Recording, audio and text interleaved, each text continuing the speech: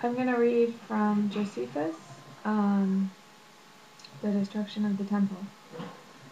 The fated day had come, the 9th of Av, the very day on which the former temple had been destroyed by the king of Babylon. When Titus retired, the insurgents again charged the Romans. A conflict took place between the Jewish guards of the sanctuary and the Roman troops who were trying to put out the flames in the inner court. The Jews were routed and pursued even to the sanctuary.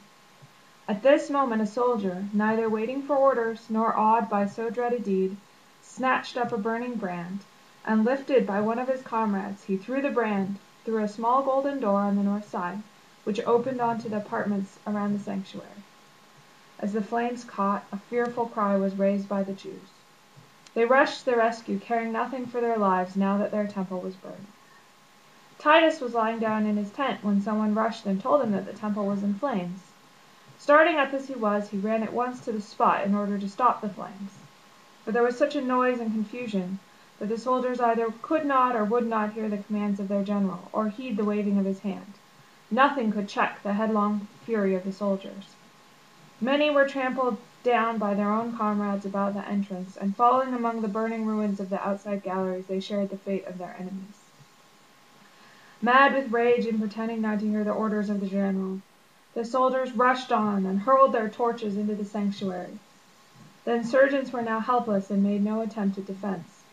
On every side was slaughter and flight. Numbers of feeble and unarmed citizens were butchered. Around the temple were heaps of slain. Down its steps flowed a stream of blood, which washed down the bodies that lay about. As Titus could not restrain the fury of his soldiers,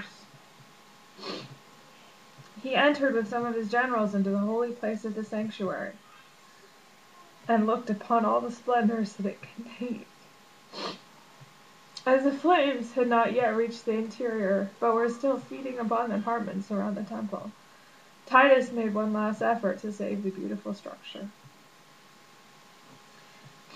He hurried out and again exhorted the soldiers to put out the flames. At the same time he ordered one of his centurions to beat with his staff upon those who would not obey him.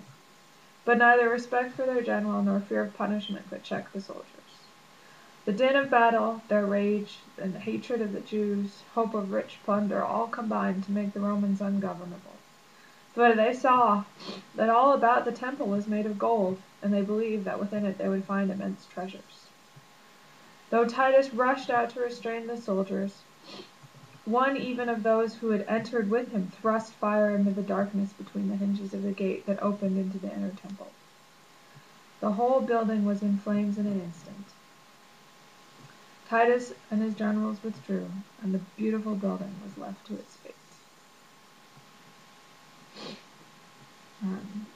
Josephus was a secular Jewish historian, and there's a lot of discussion about if he spared Titus in his account of the destruction of the temple for one reason or another. But he was there, which is why I read his account.